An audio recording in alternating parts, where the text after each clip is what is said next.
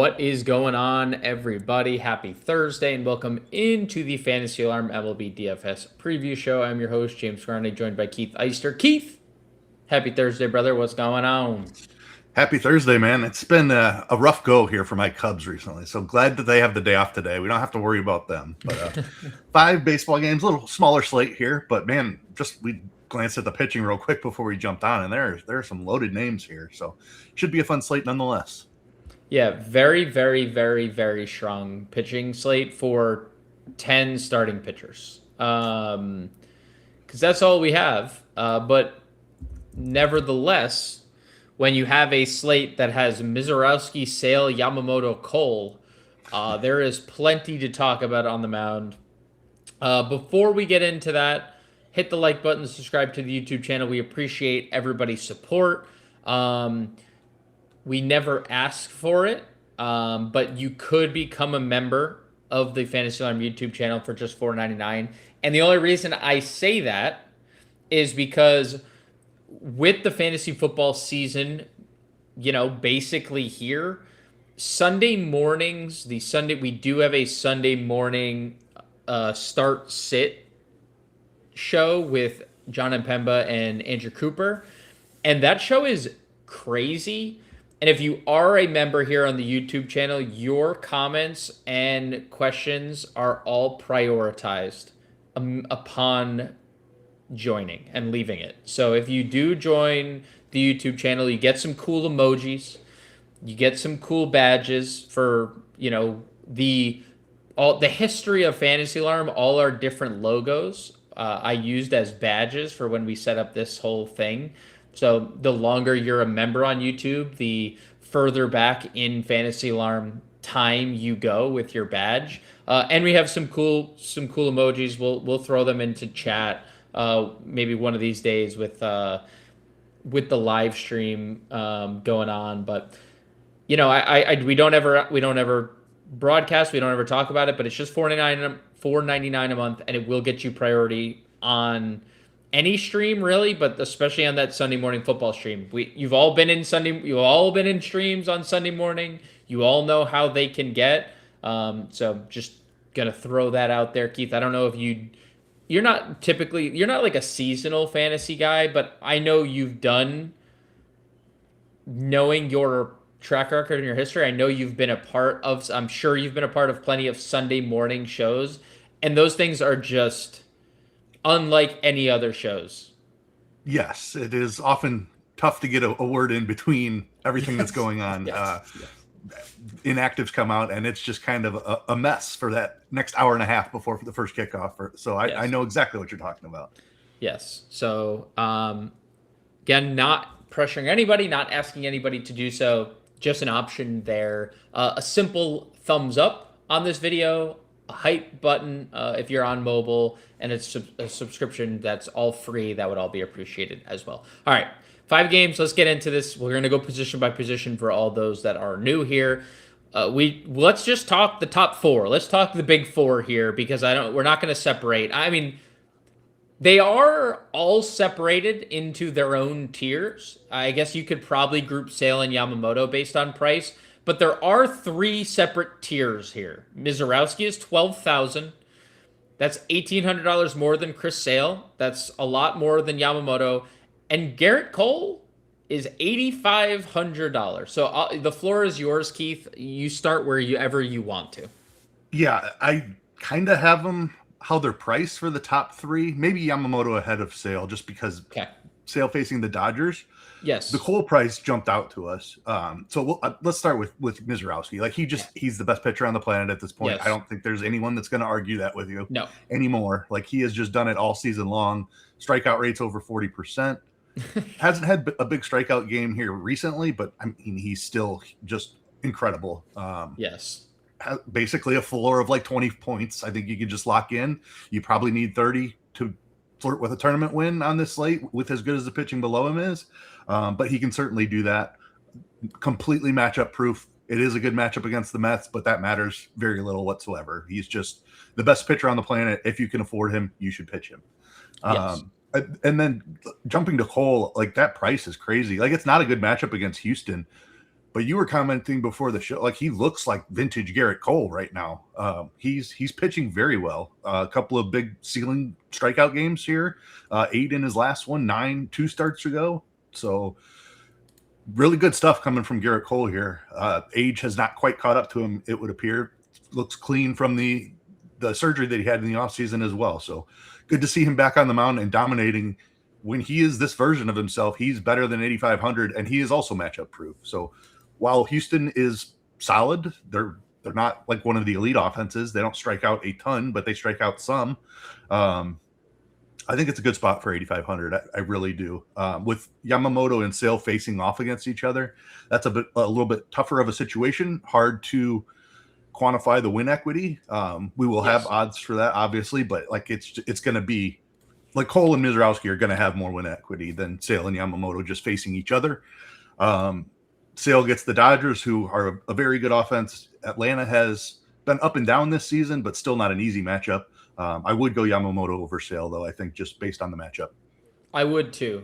I would also have Yamamoto ahead of Sale, and that's not to say Chris Sale doesn't go out and strike 13 people out. That's well within the range of outcome. But I would, too. I mean, righties have had plenty of success against Atlanta. Since the All-Star break, they're 22nd in WRC plus against right-handed pitching, and they strike out over 23% of the time. It's been a rough go for Atlanta when, their superstar is bad.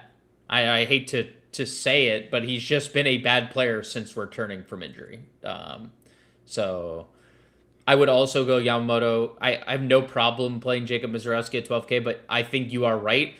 It's a comment that every time you and I have had a Mizorowski slate together, we've made every time. You need 30 fantasy points at this price to win a tournament. Yep. You can cash with 20. You won't if you don't get 30 and Yamamoto or Sale or Cole get 30, then you're already trailing. So correct. And that's all within the range of outcome because they're all plus pitchers. So I think of the four, Mizorowski's the top play, but I do think Garrett Cole's price is the most appealing of, I think, just flat out. 15% swinging strike rate last start, which is way up. Hasn't had many of them. He had a 22, a 14, and then it was 6, 10, 9, and then 15. So he's kind of been all over the place, but he's just been a dominant pitcher throughout. So, yeah, like how can you really talk about any of them poorly? They're all great. Yes, 4 great options for sure. 4 great options. All right, let's talk about the rest. We can just group the rest of the options together. We have Landon Root at home, had his start pushed back, but he gets Arizona here. We have Sean Manaea against the other side of the Mizorowski spot, but he faces the Brewers. Noah Cameron faces the Blue Jays. We have Wisniewski in Yankee Stadium. Spencer Arrighetti faces the Royals, and Jose Cabrera being called up to pitch for the D-backs.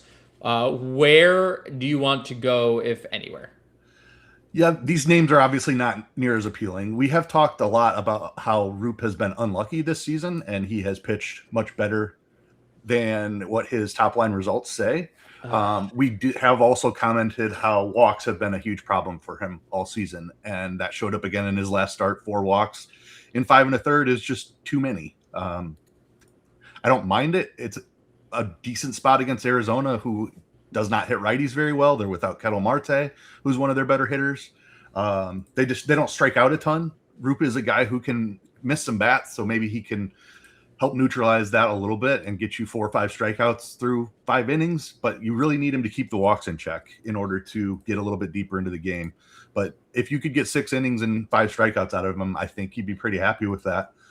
And that's in the range of the outcomes, even though it's a high contact Arizona team. But good matchup, ballpark downgrade for them, obviously. Manaea has missed a ton of bats here recently. I don't love the matchup against Milwaukee, another team that doesn't strike out all that much. I do believe they are worse against lefties, if I'm remembering correctly. They are way worse against lefties. Yes, 94 WRC plus against lefties. Yeah, it's a plus offense against righties, and then really subpar against lefties. Yep. That is what I remembered and have confirmed now. So Pretty good spot for Mania, really. Like I said, they don't swing and miss a ton, but I still think that there's upside here for 7,100. He's surprisingly pitching pretty deep into games. Like that was his problem in years past, is he would only get through 5 innings or so. He's routinely going through 6 innings now, even a 7-inning start there against Pittsburgh a couple times back. I think there's upside here for 7,100. I think that there is upside with the next guy as well. He's pitched surprisingly great here recently. Yes. Noah Cameron is a guy that we have commented a bunch that has outperformed his peripheral stats with his top line results. Not necessarily the case here recently. He's just been missing a ton of bats here recently, and I haven't had a chance to dig in and see if there's a pitch mix change associated with that or anything, or if he's throwing harder, or exactly where these results are coming from. But it's a lot of strikeouts and a lot of ground balls as well. 6,900, like Toronto is another one of those high contact teams that I don't love to target in DFS, but I think at 6,900, you don't need to get 8 strikeouts from him here, which he's done multiple times here in recent starts. So I'm okay attacking this Toronto team. I don't think they're a particularly opposing offense, and I think that Cameron can find enough swing and miss here to pay off 6,900 at least. There has definitely been a pitch mix switch. He just doesn't throw his fastball anymore. Good plan. It's been that's been a common kind of thread around Major League Baseball. He doesn't throw hard. If you don't throw hard, it's hard to. So his seasonal average, for context here, he throws his 4-seam 25.3% of the time, right? That's not a lot. But that's lowered because in the last 6 appearances, he has thrown it less than 20%, and it's actually 7 of his last 8 he's been under 20%. So there's been a blatant change over his last 8 starts in which he has thrown. Guess what? You know the one outing over his last 8 that he threw his fastball almost 30% of the time? Padres, 7 earned runs. Yeah, so clearly the changes are working. Yes. Like I said, like he's always been a pitcher who has an ERA right around 4, but he hasn't always deserved it to have that type of an ERA. It seems here recently that he does deserve that, and maybe he's even pitching better than that 4 ERA suggests. Dude, it's funny. You look at this, actually, in that start against the Padres where he gets shelled, he threw his fastball 29% of the time. He threw his slider 5% of the time. Since then, it's never been lower than, it's been double digits in 7 straight starts, or 6 straight starts, and it's been over 20%, 18.8 in 4 straight. So he's clearly making changes. Less fastballs, more changeups, more cutters, more sliders. And Noah Cameron's swinging strike rate, by the way, Keith, up to over 11% on the year, which is legit. That's a legit number. Yes. It's a legit number. You can see it in his strikeout totals recently. There's 8, 9, 7 there on the screen. Didn't miss a ton of bats in his last one, but I'm willing to look at those other high ceiling starts and hope that he can bring that. Like I said, it's not the best matchup for upside, but 6,900 he's a better pitcher than that right now if he's going to continue throwing the fastball less. Is 500 plate appearances a good enough sample for you? It is. Okay. Since the All-Star break, Toronto, 512 plate appearances against lefties. They have a 75 WRC plus. They have a 625 team OPS. They have a 100 ISO. And they strike out 21.5% of the time, which is higher than it typically is. That all sounds pretty good for Noah Cameron. All sounds pretty good for Noah Cameron. I think that's appealing. If you go Cole Cameron, you can play whatever bats you want pretty much. You're obviously trying to fade the Mizorowski 30 plus, but you can do pretty much whatever you want beyond that. Yeah, I mean, if Cole matches or is anywhere close to Mizorowski, it's a big fat W. Yep. We'll leave it there, and we'll go through the positions, and we'll come back to. I mean, we don't know what we're gonna do yet. We haven't even. Yeah, I'm not saying we should fade Mizorowski by any means. He's been awesome, obviously, but just noting that those are 2 really fairly priced pitchers who I think both have incredible upside today. All right, let's go on over to the catcher spot. Ben Rice, Drake Baldwin, Gabriel Moreno, Carter Jensen, William Contreras are your top 5 catchers of the day. Where do you want to go? Tough matchup for Baldwin. He's the only one that I would probably shy away from. Yeah. Everyone else looks great. Rice has been elite all season. Wisniewski gives up power to both sides of the plate. His splits kind of fluctuate back and forth, so he doesn't really discriminate when it comes to giving up hard hits. He just gives up a lot of them. Moreno's been great as well. I don't love the ballpark, obviously, for him, but I think it's a decent enough spot. Jensen against Arrighetti is a plus matchup for sure. Has a problem with lefty bats, and then Contreras gets the lefty, so I think it's a good spot for him as well.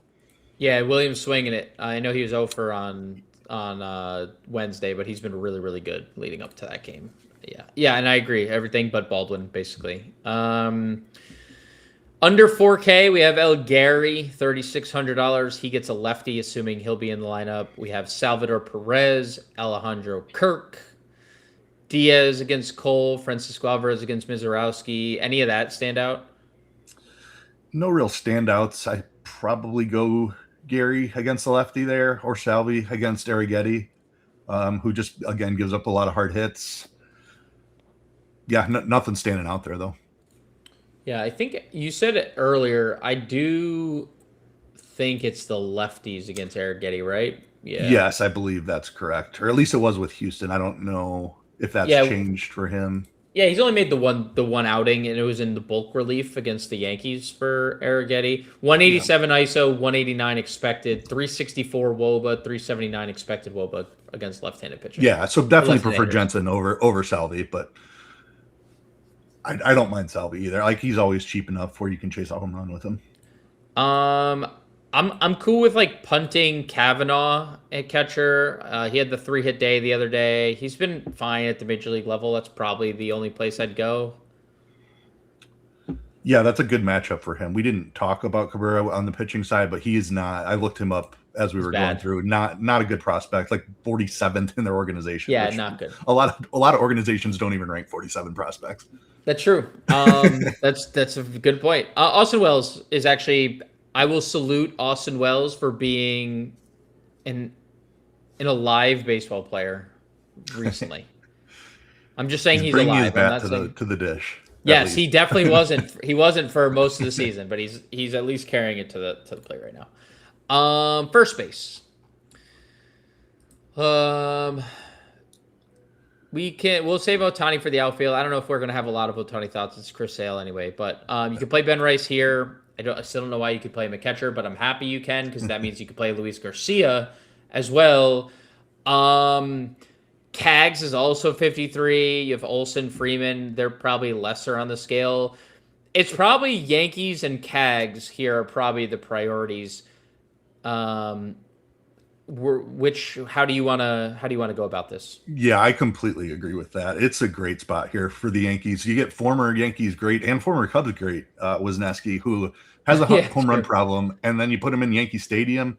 These Yankees lefties are in a fantastic spot here today. Like, Luis Wisniewski probably gives up 3 home runs or so, I would think. And then I am right there with you on Caglione. We just looked at Arrighetti splits. It's definitely the side of the plate he struggles with. So, yeah, those are easily the 3 standouts. I know you're not like hip to Yankees Twitter.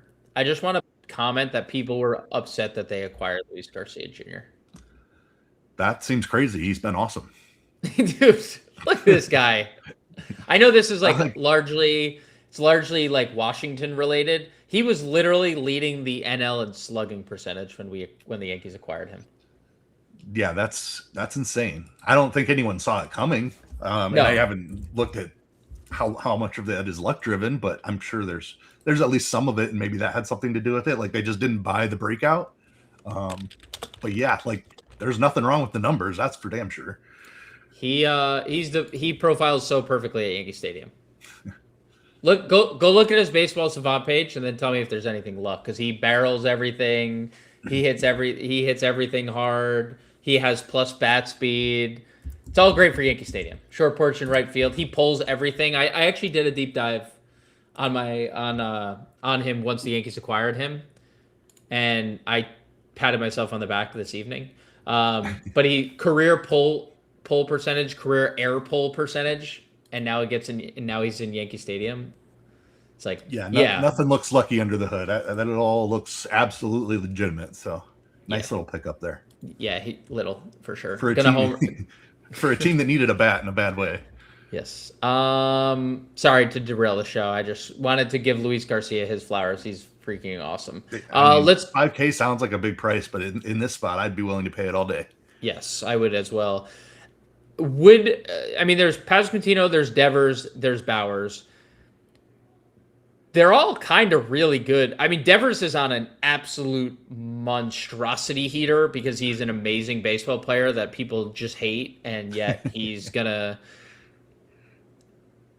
so good. I mean, we wouldn't be shy to play him in his home ballpark, right? He just homered every game in the series at his home ballpark. Yeah, I mean, he does it. Like, he's one of the streakiest hitters on the planet. He goes through some absolute awful cold spells, but when he's hot, he can get as hot as anybody, and he always seems to end up the season as a very, very good major league hitter. Like, you can say what you want about the attitude and the defense, but the man can hit the baseball. I don't think there's any question about that. Every single year.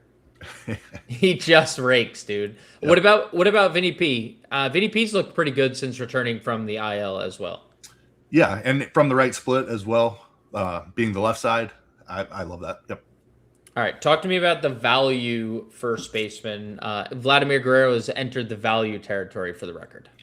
Oof, yeah, tough scenes there.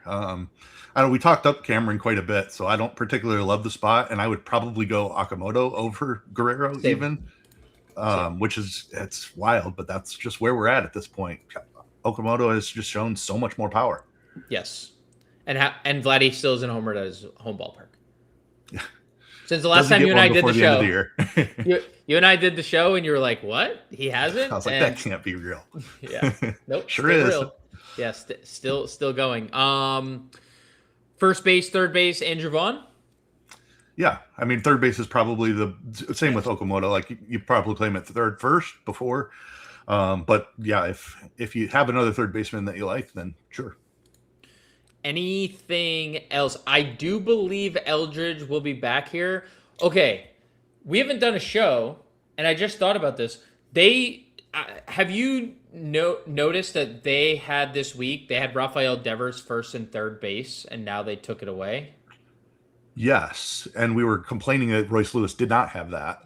Oh, yeah, we did do the show. Okay, but I think Eldridge is supposed to be back for this series. I know he had a death. There was a death in the family. Now we can't play him again. We can't play Eldridge and Devers together. Yep, because they took it away. They gave it to him in the series that he doesn't play, that Eldridge doesn't play, and now they take it away. It just doesn't make any sense. Yeah. It does seem like they are being, like, generous with the positional eligibility, if I could say that word, where these teams have, like we just saw it with the Yankees, like Rice having catcher eligibility, I think is specifically because of Garcia. Sure. It's like how they're trying to work around not having a DH slot. Yeah, it's a very, very good point because Ben Rice hasn't played an inning at catcher this year. Yeah. Okay, let's go to second. Bryce Terang, lefty. We have Jazz Chisholm, 45. Ozzy Albies, 41. Jose Altuve, $4,000. Yeah, Jazz is the standout for sure there. We love this power and speed profile. We talked about how good of a power spot this is against Wisniewski here. Yeah, heating up. He really heating up. Really good at bats lately for Jazz. Like, really, really good at bats. This is like when you were touting the Bregman at bats. You're like, dude, just telling you, like, yeah. Bregman is like everything's clicking. And then it took like another week for Bregman, and then he just went on. Has been absolutely nuts, bonkers for a month now. Yeah, so that's kind of where Jazz is. It's a very small sample. He does this, but just commenting, it's so funny when you watch every day. Like, you can just see it start to happen, like, before it happens. So I fully trust everything that you're saying there, and the production has already been been fine Yes. for 4,500. So Yeah. with the upside on top of that is a nice little nugget there. Yeah, I think he's probably the only one I'd like truly get to. I'm not against Terang lefty, but I don't think we need that in our lives. Yeah, just not a $5,000 hitter. Lefty Yeah. definitely is against righties, but not against lefties. I agree with you. What about the what about the value tier? This position, it seems like Jazz is going to get a lot of ownership, It but really does. what say you about the rest of the Yeah, position pretty overall? tough matchups for the group in between there. If Caballero's in there, he's a name that I wouldn't mind. Edman against any lefty, even Chris Sale, I would be okay with. That's probably the best spot that I see there in the next tier. But obviously, I don't love targeting Chris Sale.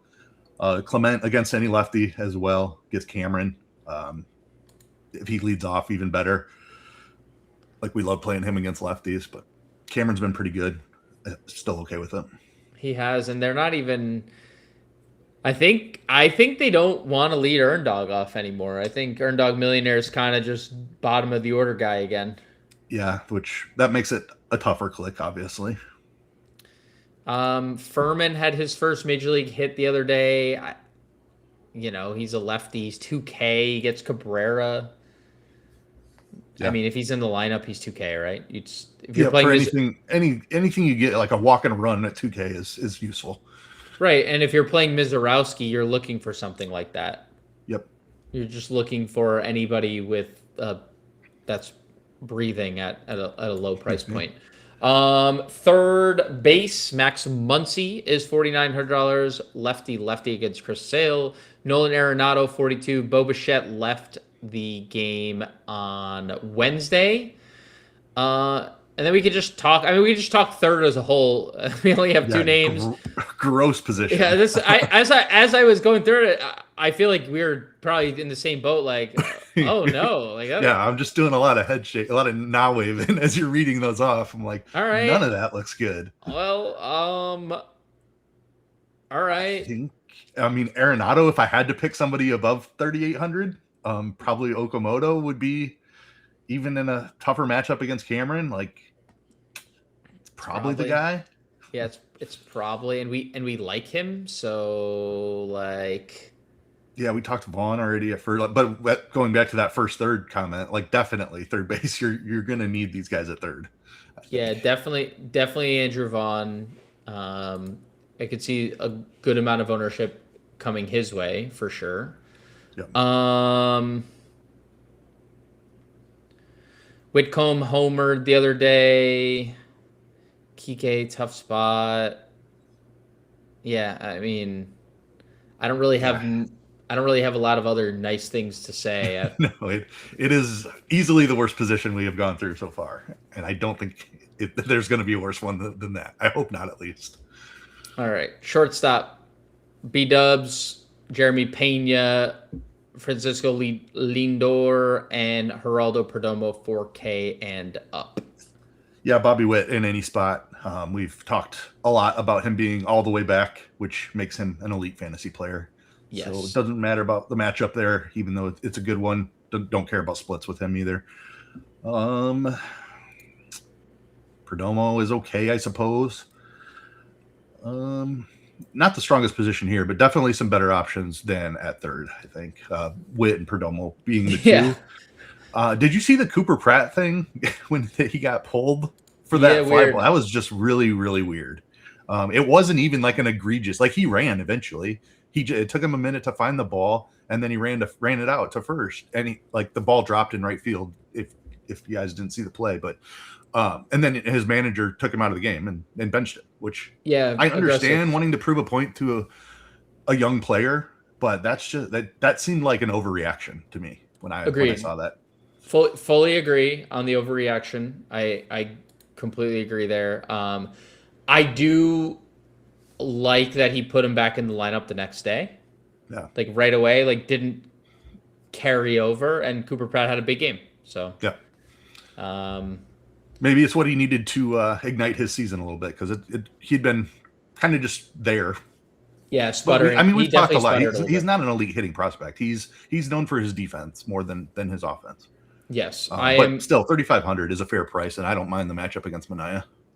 Yeah, I think like Pratt, Lombard, and Clement, you could all play here if you want. You could Yes. play Joey. You could play Joey Ortiz as well. That's another option that has shown signs of life, but nothing that stands out too much down here. Let's finish this thing up in the outfield.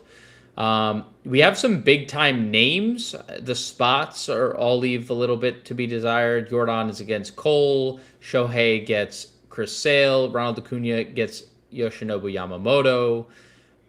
Are any of those guys priorities, or do you kind of prefer the next tier? I think the next year looks like the spot to live. Not that I don't want to play Jordan or Otani Right. ever, like Sure. play him against anyone, but obviously those are tougher spots. Right. And there's some really good spots here coming up. Yeah, Chorio, Jackson Chorio, Corbin Carroll, Jack Caglione, all look Yes. great. All three stand out for just being fairly priced and then having a great matchup on top of that. And then even in the next tier, we have a pair of Yankees at the top of this list. Bellinger at 47. He just missed a grand slam today. He looks all the way back. He hit a 3-run home run 2 nights ago, and then almost hit a grand slam tonight. Trent has been on a little bit of a heater over the last month or so. Both those Yankees look good. Anything else stand out to you, like just in the outfield in general? You could be in the 4K, 3K, doesn't matter. Just definitely, I think those two Yankees you just covered are like two of the best plays on the slate. Yeah. I don't see anything else that's jumping out as like a must play like those two were. Let's see what else we can find here.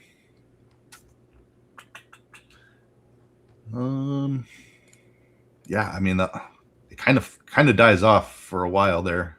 Let's see if we got any cheapies that we like.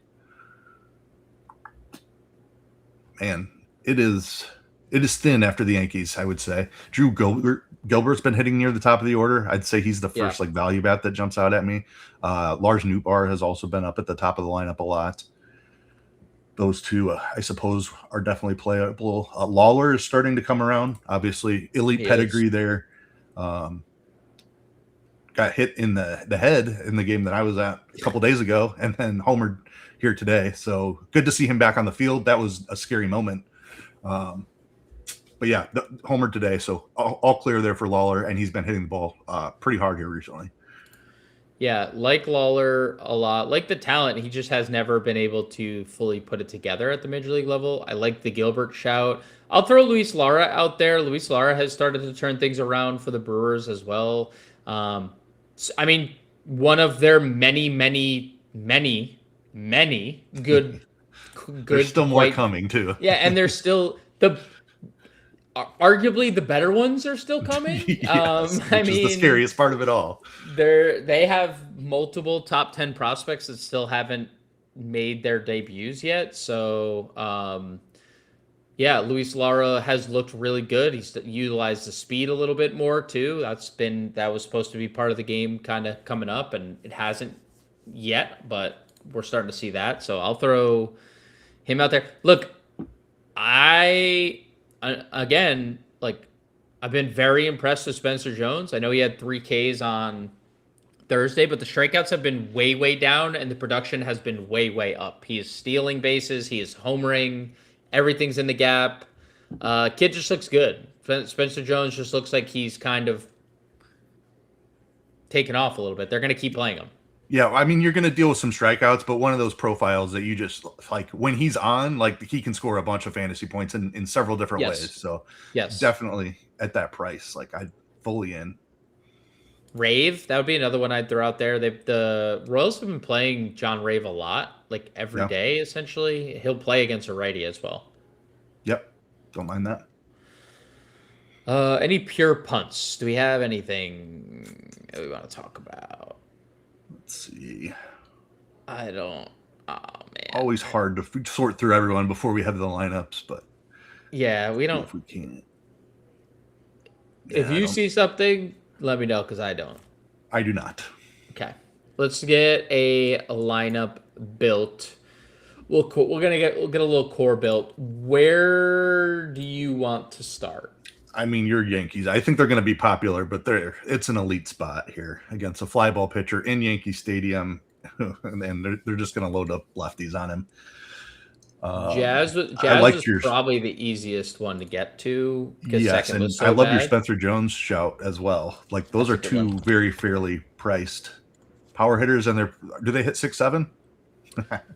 Don't I knew it was coming as soon as I said it. Well, I mean, I don't know if you did this on purpose, but they do actually hit 6th and 7th. That's what I figured, or what I remember a lot of seeing is I mean, that Jazz is usually down there, and Jones is right behind him. It'll all depend. Like they hit Lombard 5th on the Wednesday so they might go slate. 5-7.